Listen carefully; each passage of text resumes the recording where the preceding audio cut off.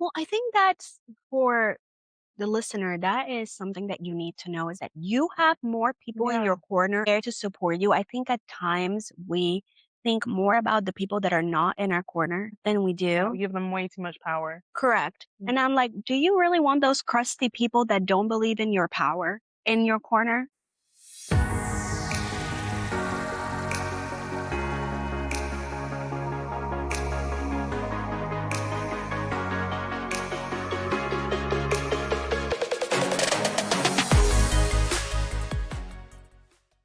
Hey, y'all, welcome back to part 2 of this conversation with Laura on the Thrive Like a Mother podcast. Before we get into it, I want to address something from part 1. If part 1 was stirring something within you around alignment and feeling like you are not enough, this part is where we go just a little bit deeper.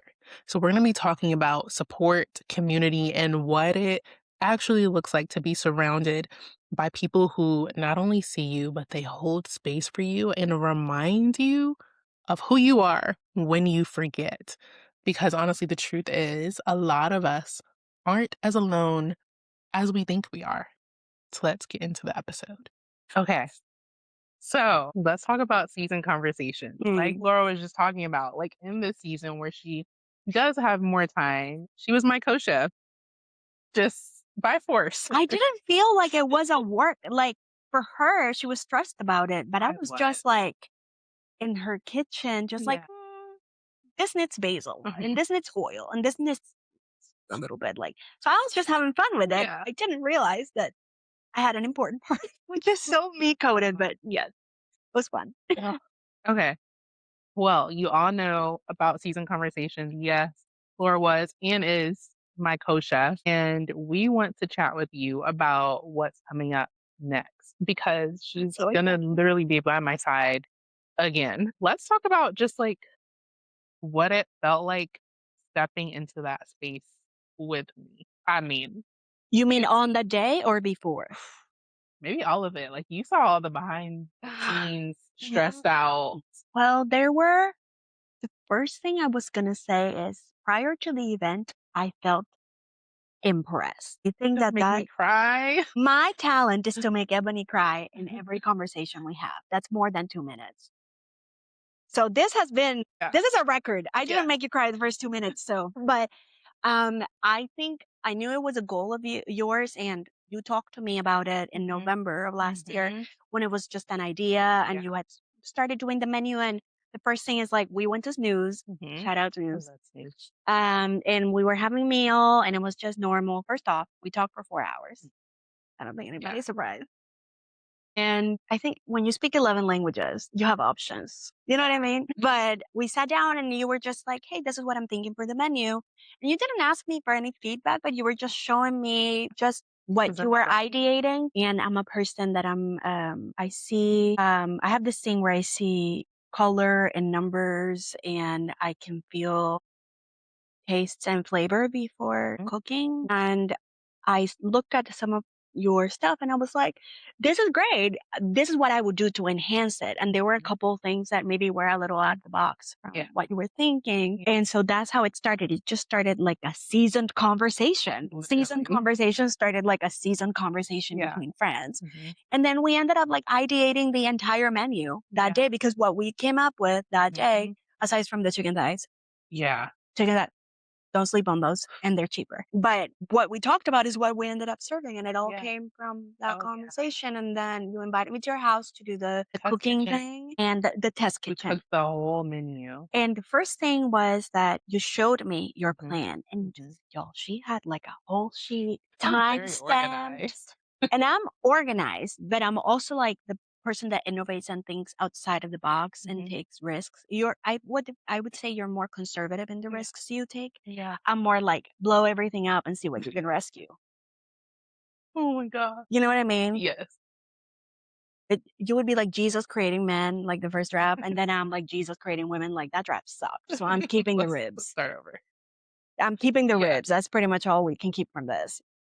Second iteration, that would be me. And so I was just impressed with the layout you had, the options of recipes you had, how many risks, because I know you as a person, you were willing to take in that moment Yeah. to just a lot of things in that planning were very much outside of your comfort zone. And so we were there, and I honestly hadn't thought about being there that day. I just wanted to ensure that you shown in your own regard. I am a person that, and this is a new word for a lot of people, but I derive happiness from a sense of compersion. With compersion um, is the action of feeling joy emanating from others individuals' joy more than your own. For me, it feels like work. When I see her shine in her own stage, and there's a picture of me just looking at you, like Yes, shine, which literally. is adorable. I was like, oh, I know what I was thinking that moment. It was just seeing my loved ones that are getting outside of their comfort zone and taking a risk and all that shine. That is to me better. Like when I go to a jujitsu competition, I don't want to be on that mat. I don't Yeah. want, no. Could I? Yes. Oh, But yeah. I'm like, She absolutely. I could, but do I want to? No. But I have friends that enjoy that. And so I will go to their competitions. I will root for that. I feel more joy in that moment than I feel doing it myself. Yeah. Because when you do it yourself, I feel like that's a lone ranger kind of work. When you do it with a team, then you win as a team. Yeah. And then it We all feels like, win. you know what I Yeah. mean? You all win. I was just impressed with that. And then we didn't change much of the recipes. I think I just elevated some of the preparation of the ingredients, like with the basil oil. It's the first thing I can think about. If you went to season conversations and you were on a diet, there was a lot of butter. There Just was throwing a it. lot A butter. of There's a lot of cheese. There could have been more cheese, but I refused to grate Parmesan. That's another conversation. Listen, that worked out that day. For me, I was impressed, and also I was joyful that you gave me a space to be part of it in what I thought was a small portion of season conversations. She had a bigger idea of what I was going to be for season conversation. Yeah, no, you didn't know. no, I we was did. so confused. No, we did the test kitchen. We did all that. We had the meal. The only change I remember making from the meal is that we moved from chicken breast to chicken thighs, and that was a solid. Oh, yeah. That was a solid choice. And then we decided that I was going to be handling the fire torch in the Oh, kitchen. yeah. The torch. The torching of the creme brulee. Guys, I was made for that, bro. I was made for that. Even the ladies that were in the kitchen with me, they were like, "Are you okay?" And I'm like, "I'm great." I was such a demo child. I think that's another thing about me. My mom really wanted a girly Barbie situation, and she would put these dresses that looked like piñatas on me with like the big bows. It would take her 5 hours to get me ready, and it would take me 5 minutes to look like homeless with like the bow on my The cheek. bow is gone. Bow, no, the bow bow was was- part on my cheek. Where did I find glue? God knows. The innards of the dress would be like pulled out. I'd be itchy, so I'd be like walking Like, with no, this cannot. like a Victorian woman running. There's videos, okay? I will find it. My mom called me her crazy fire girl, Oh my gosh. and she still does.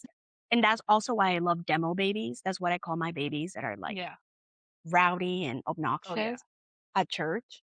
They're my favorite. People think I'm crazy, but they're my favorite because I match They're their so energy. fun. They're so fun. But a lot of people don't like that room, the toddler room, because they're like that transition where they're like, listen, right. That's where Henry is right now, by the way. Which her son likes me except when I say no. Oh, yeah.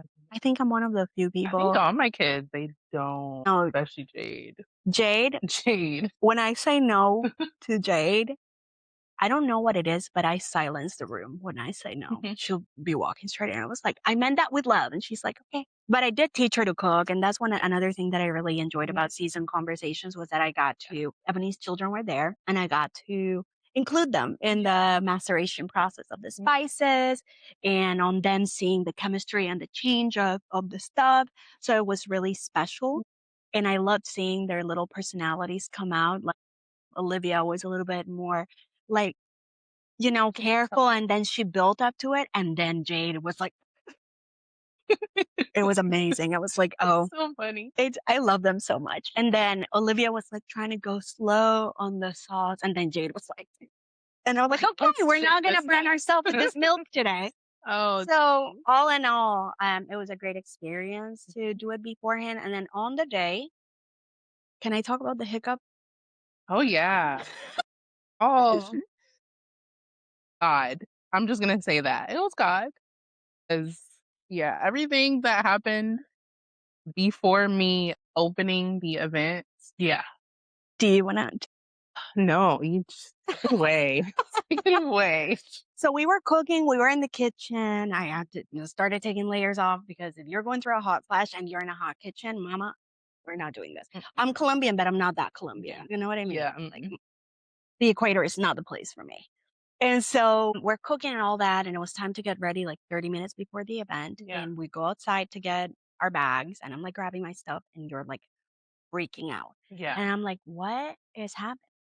And you were like, I forgot my luggage bag. I was so busy with the ingredients and Mhm. pouring so much into the event and thinking Mhm. so much about these Packing up the guests. This is very you coded. Like Mhm. I would say you were thinking more about your guests and their Yeah. experience than you were thinking Oh, yeah. about yourself. Very much. That you forgot like the not the makeup. I think you had the makeup, My but whole outfit, my the shoes, bra, the my shoes, the bra. dress, whatever she had envisioned for that. Mind you, I had this dress that I'd never worn that was red. And it was a little bigger on me because I've lost 30 pounds. And Mhm. so your body changes, I become more muscular and all that. And I didn't know how it was going to fit. I wasn't really sure what that was going to look like for Yeah. me. But as soon as I saw Ebony freaking out, I was like, this day is not about me. This day is about my friend. It's her day to shine. Nobody needs to see my face. Probably nobody will because then I'll be in the kitchen directing people. And so I literally grabbed the dress from my bag and I was like, "You're wearing this." And she was like, "No, that's your dress." And I basically had to like force her into this dress. Even my bra. Yes, the bra too, y'all, like, It was everything. It was everything. everything. And I ended up doing some of your makeup too. And I think it was God in that moment because that dress would have never looked as good on me as it did on her. You guys, she wore that dress, she put it on. And I was like, this dress is yours. Like, we're done. It's kind of like when an artist sees somebody do a cover of their own Yeah. song and you Yeah. realize that it's much better on their voice Yeah. than yours. That's yours. That is your dress now. And the shoes and the bra. Okay, listen, too much information, but I literally put my hands Yeah. inside the bra and made her Literally jump had to. I to mean, guys, it's not that no you need. secret. There's no like, I mean, you Like, had them, but also I'm Hispanic. We got all the beauty tricks. yeah. So I'm like doing it and like fixing her like a mannequin. And then you were doing your makeup, and I had some of my makeup that was a little bit like, I was like, oh, I have expensive makeup here. Yeah. So I like did her entire face. And by the end of that moment, it felt like very godly. It felt like I'm going to be where I'm supposed to be, supporting her in the kitchen so that she doesn't have to worry about anything really. And then she can shine in her quote unquote customer facing role. And that felt very right, appropriate, congruent with our relationship because I've always just wanted to be there supporting you and like cheering you on behind. It just felt like that was what I was supposed to do. And I'm glad because you I saw the moment where you relaxed. You know what I mean? Like where you weren't checking on like if things were going to be Yeah. okay. Because I kept looking at y'all. I kept looking at her like, And I kept looking at "That's her my like, bag." I kept looking at her like, shoot, go away. But I'd be like, and I helped the girls in the kitchen. I helped them plate so that it was on time. I helped them find ingredients in the fridge and all that. So I'm glad that on that day I could be your active kitchen manager. And just, there's something so special about seeing it, somebody that you love so much shine in their element where like you were part of the equation of the variable, but the result was all them and they got to shine. And you were like, shout out to my people in the kitchen. And I was just Yeah. like, 'Cause it felt really good. I think support has been something for me. I'm trying not to cry. It's been I something for me that has been my muscle that I'm learning, right? It's been that you have my way training more muscle. support than you think you do. Yeah. I Yeah. used to just be like, oh, it's just me. I got to figure this out by myself. Well, I think that's for the listener, that is something that you need to know is that you have more people in Yeah. your corner and Who in are your they? community there to support you. I think at times we think more about the people that are not in our corner than we Yeah, we do. give them way too much power. Correct. Mm. And I'm like, do you really want those crusty people that don't believe in your power in your corner? Girl, they have to wake up every single day and be themselves. You get to wake up every single day and be yourself. That sounds like a vibe. Yes. So we're not counting them. And I know it's hard, it's a muscle you have to work on, but for every person, what I used to do is like for every person that I was like, man, I feel bad that that person is not in my life. I would be like, first off, it's not rejection, it's redirection because Mhm. God knows conversations that you don't know. And also for every person that you're like, I don't have, think about the people that you do Yeah. and think about the So quality of those people in your life. Do I have that friend that was my best friend 10 years ago? No, but you know who I have? 5 other friends that are quality friends that love me for who I am today. I can call at 2 or 3 AM and like, yeah, they're there. yeah, those are way more powerful in your life. And so you really have to ask yourself, is God giving me a rejection or was God protecting me for something I didn't know I needed protection from? Mhm.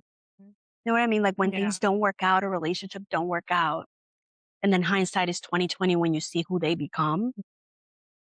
Just instead of waiting for that hindsight, just think about this is God protecting me Yeah. from something. That you couldn't see.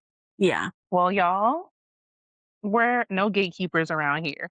Mhm. So, Season Conversations is back May 9th, and that is Mother's Day weekend. So, this is going to be extra special, especially coming from me, who coming into this year, I said, I'm only going to do Season Conversations twice a year and have since thrown that I want y'all to out. know that when she told me that, I was like, okay, we'll talk in 3 months. Anyway, we're back May 9th, and we will be back every single quarter. This type of event, like me and Laura sitting on the couch, us women around the table, like these are the spaces that women need, that women are looking for. And men, And I was that's surprised about true. that. That's true. My Yeah. brother did show up. Oh, Yeah.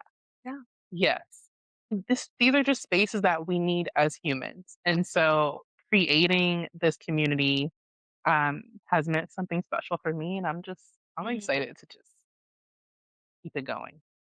Keep Me it going. too. Yeah. Me too. I've always felt like I think you said it at the beginning of the conversation is I've always felt like I am a different person.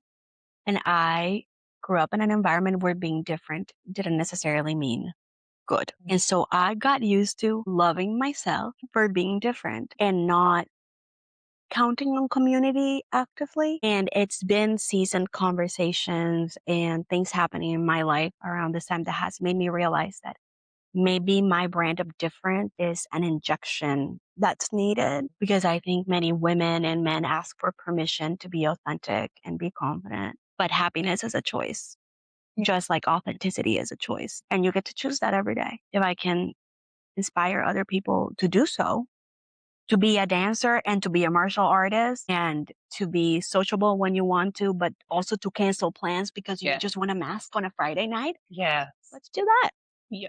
because that's who I am. Just FYI, if I've canceled plans with you, I probably did tell you I wanted to mask. 100%. I think I've done that with you. And I love her for that because it's just like, you never want to overextend yourself for what? For what? Well, it's not only that, when you're authentic, silently or loudly, you're giving other people permission to be authentic. Because Yeah. after, I remember the first time I said, listen, I really want to see you, but also my bed is really great today. Yeah. And And I was like, so, you know what? You are right. yeah. I need to say that more. And so I was just like, now Ebony will tell me like if she needs to come see me. I remember recently you were driving here, you wanted to talk about something. Yeah. And on the way here, you were like, I just want to be with my babies. Yeah. And I was the kind of friend that I was like, you know what? You come at your own time. Mhm. You come when it's okay. Mi casa es tu casa. Yeah. And, um, and there's always food and vibes here when you want it. And bring the kids the next time because I mean, Jade is like my spirit animal, Yes. so it's fine. So all that to say that I have come to realize that seasoned conversations is a blessing that God put in my lap that I didn't even know that He was putting in my lap until you voiced loudly, like, "I want you in this Yeah. community," and I've met some really cool people through Mhm. seasoned conversation as well. Shout out to Elle. Um, and I realized that my voice has more power, and my presence has more power than I give myself credit for. Oh, yeah.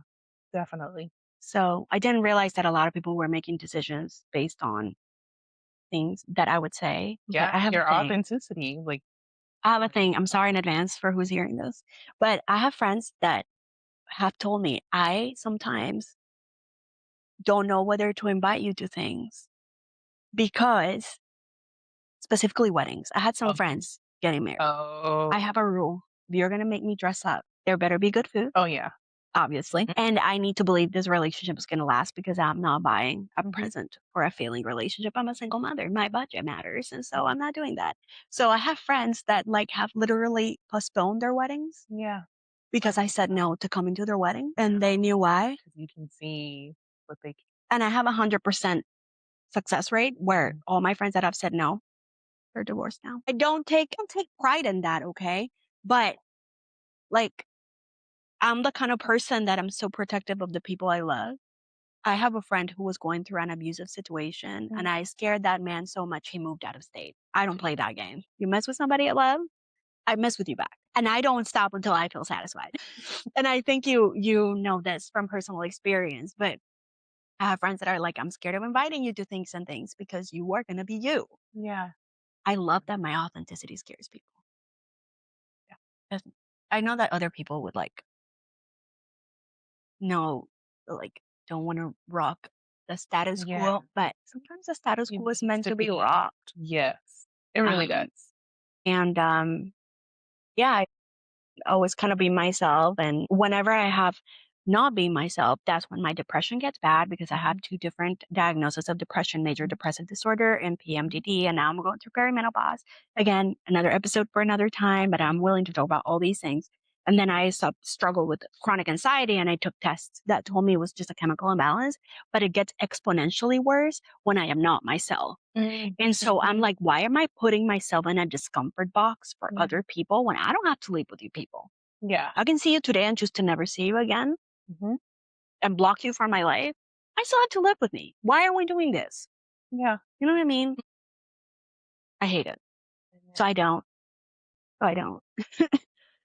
hey, y'all. Oh, yeah, this episode, my gosh, I'm sure there are a lot of y'all listening where maybe it stirred something inside of you where you're like, "Oh my gosh, have I been doing that? Have I been minimizing myself because I felt like, I wasn't enough or people weren't seeing my worth?" So And we're just so you gonna know, if you are asking yourself that question or if you postponed the wedding because I didn't come, you already know the answer to the question. You that just part. need to know that your why is good enough. Yeah. You know what I mean? Yeah. Like, if I woke up one day and you have a zit in the middle of your forehead, and that zit is what makes me break up with you, break up with the person. I know that that sounds bad, but we make so many consumerist decisions every day of like Mhm, when we go to Sephora and we will go to mhm. Ulta and we want that cookie. Why are we making decisions differently in life? Yeah. When you let your body lead you for the goodness, Yeah. why are you not Yes. letting your body lead you when you have that pit feeling Yeah. or on your chest like an Trust it. elephant? Trust yourself. A narcissist man is going to hate me for this. Yeah. Trust Well, yourself. If you're asking yourself if your significant other is a narcissist, Dr. Mamdani, that's all I'm saying. Podcast, look for her. I want to give you guys a place to land before we leave this episode. And so at the end of every episode now, we take a deep breath together. So let's do that.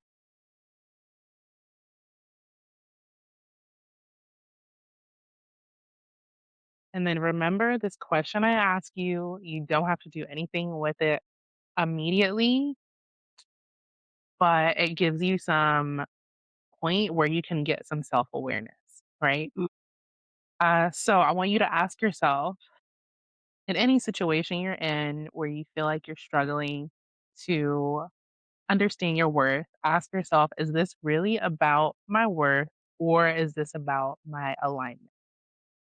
And if you get really honest about that question, I promise you the answer you need And then the decision you need to make is at the end of answering that. Can I add something to Yeah. that? Ask yourself, is this about my worth? Or is this about the worth that I give other people in my life over myself? Because I've been in relationships where I loved someone so much that I forgot to love myself in the process. And I realized that their worth was more important to me than mine. You don't have to live Mhm. with them. You have to live with you Yeah, forever. forever. You're kind of stuck. Yeah. You're welcome. Anyway, Laura, thank you Thank you for for having being me. here. Thank you for giving the people the truth. Hi, people. And to every single woman listening, if you are ready to sit at the table with me and you are local to Atlanta, look out for those tickets. May 9th, we are bringing season conversations again. And I can't wait to see you there. And I can't wait to see you on the next episode.